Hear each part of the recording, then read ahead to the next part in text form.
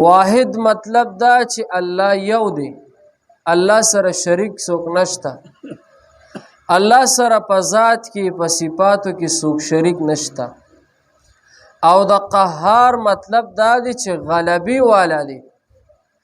قهار یو مطلب دا دی چې غلبي والا دی، یعنی د الله تعالی سره څوک مقابله کوونکی نشته. او کچا ور سره مقابله کړی ده نو هغه څه د نست او نابود شوی دی.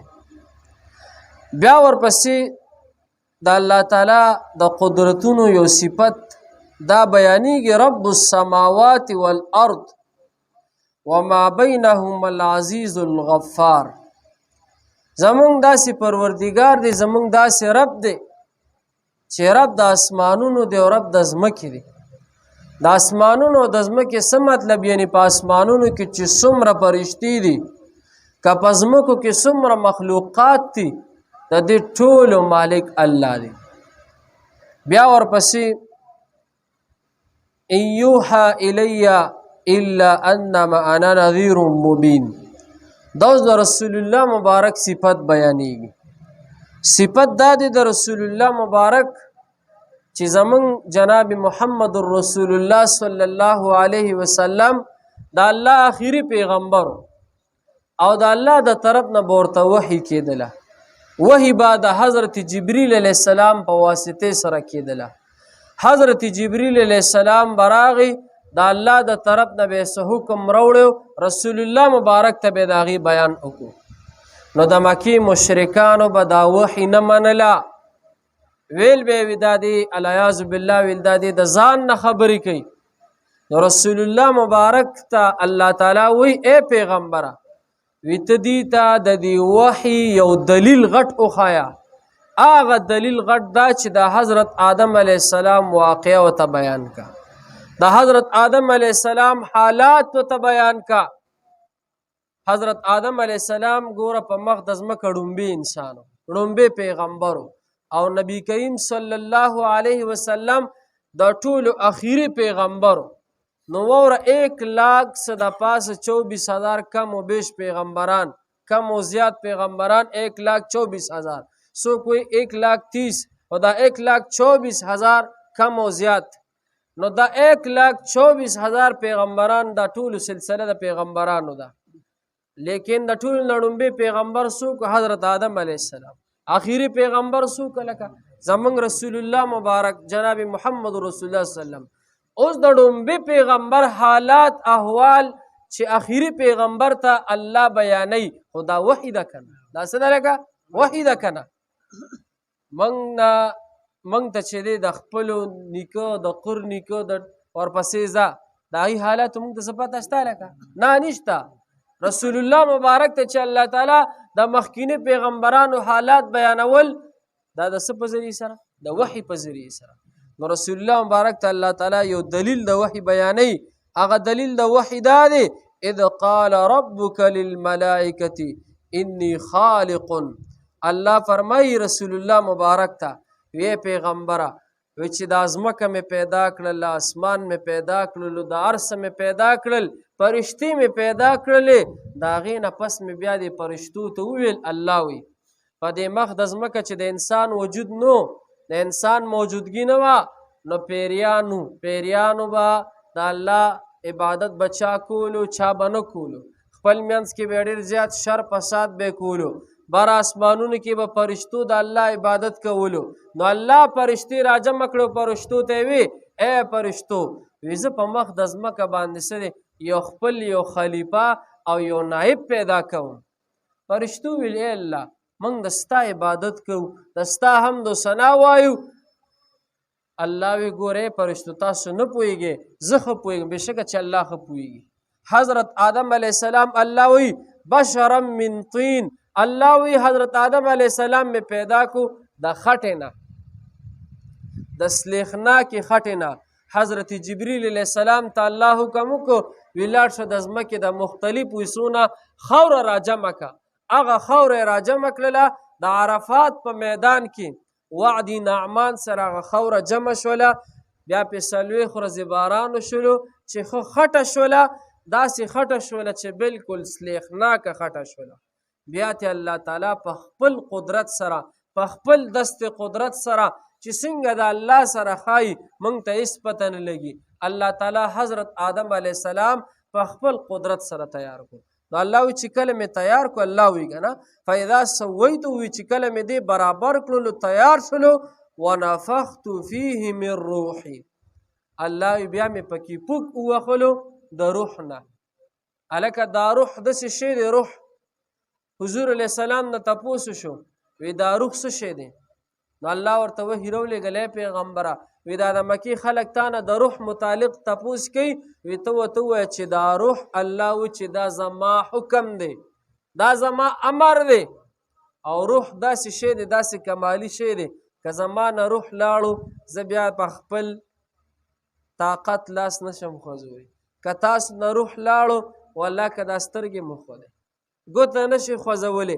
نه به د ځای نه خوځېږي دا روح د چا امر دی دا د الله امر دی دا د الله حکم دی نو الله وی په دې حضرت آدم علیه السلام په دې جسد کې په دې بدن کې الله وی ما روح ور واچولو فقعوا له ساجدین نو پروزه تاسو هغه ته سجده کوونکي حضرت آدم علیه السلام کې چې کله روح ور واچولو دې بره بوتللو جنت ته جنت کې فرشتې ودرولې الله ورته فرشتو ته فرشتو وی دا وګوره دا زما خلیفه دا زما نائب دا انسان دا اول په مخ د ځمکه ړومبی پیغمبر دته سجده وکړي نو ټولو فرشتو د الله په حکم سره حضرت آدم علیه السلام ته سجده وکړله چې سجده یې وکړله فسجد الملائکة الله وی سجده وکړله فرشتو ورای کلهم ټول په ټولو فرشتو سجده وکړله او بیا بس الله وی الا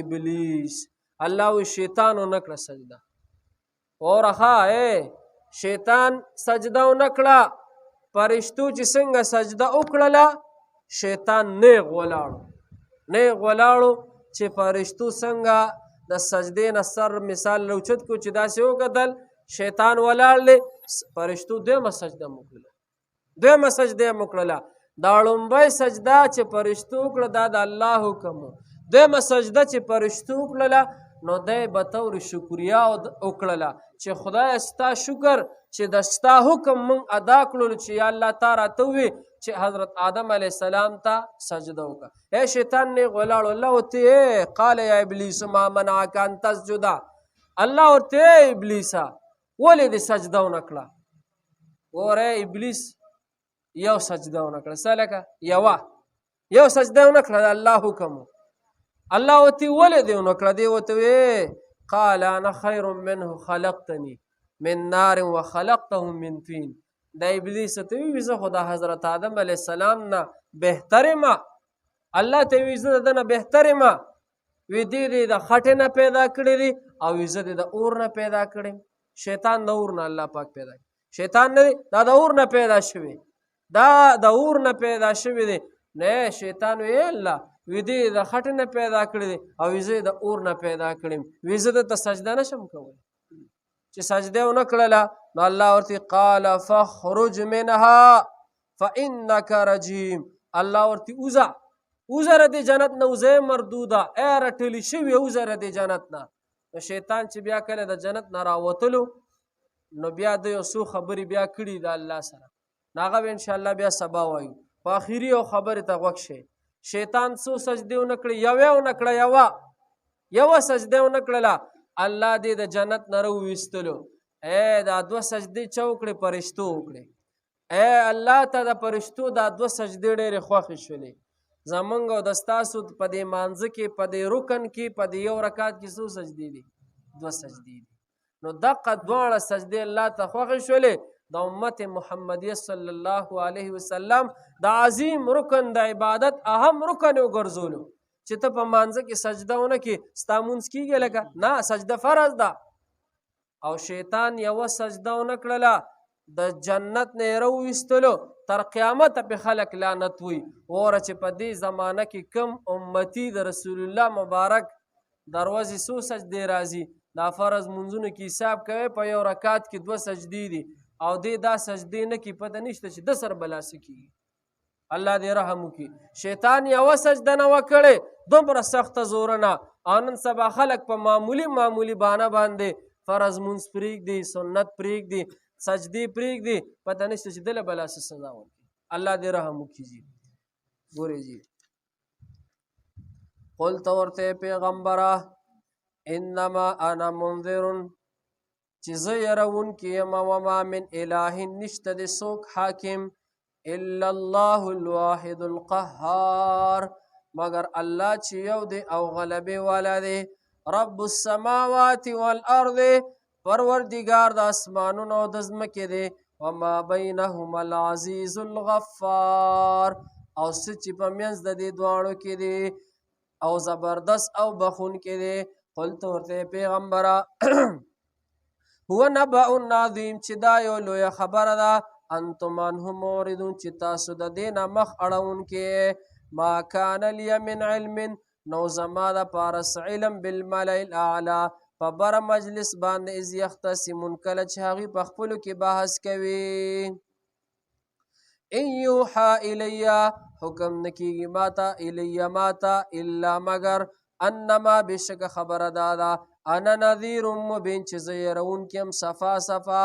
اسپها وخت کې قاله چې ویل ربک رب ستا للملائکة فرشتو ته انی خالق چې زه جوړونکی یم بشرا من طین یو انسان لره د خټې نه. فاذا سویتو هر کله چې زه برابر کړم هغه لره ونفخت فیه من روحي او وهم په هغه کې د خپل روح نه فقعوا له ساجدین نو پروزه تاسو هغه ته سجده کوونکې.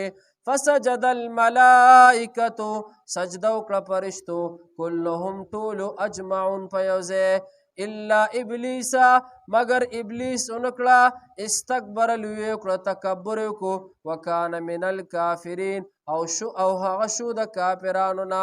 قال یا ابلیس الله ورته ویل ای ابلیسه ما منعک ان تسجد څه شي منع کړو تا لره د دې خبرې نه چې ته سجده وکړې لما خلقت بیدی هغه چاته چې پیدا کړی دی ما په خپلو لاسونو باندې استکبرت آیا لوی وکړه تا ام کنت من العالین او که ته یې په واقع کې د اوچتو خلکو نه.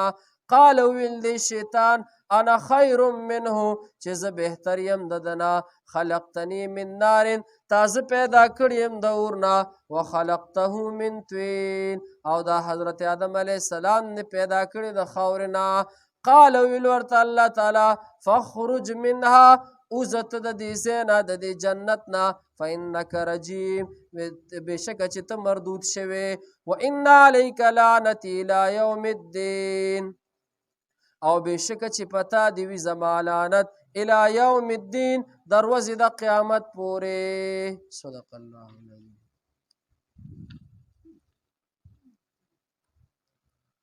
الحمد لله رب العالمين والعاقبة للمتقين والصلاة والسلام على أشرف الأنبياء المرسلين وعلى آله الطيبين وعلى آله وأصحابه أجمعين. یا الله مونږ چې دا کم درس وکړو په خپل دربار کې قبول کړي. یا الله که زمونږ نه څه کمی شوي یا الله ته مونږ ټول معاف کړي.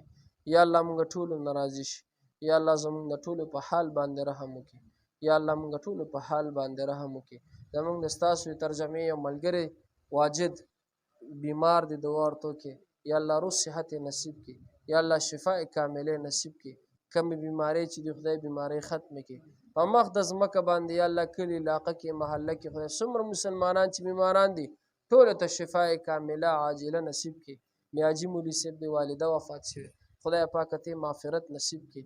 یا الله په قبر رحمتونو نازل کړي. یا الله بچو ته وارثو ته صبر جمیل عطا کړي. خدای څومره د امت مسلمانان چې وفات شوي دي یا الله د ټولو مغفرت نصیب کړي. وصلی الله تعالی علی خیر الخلق محمد.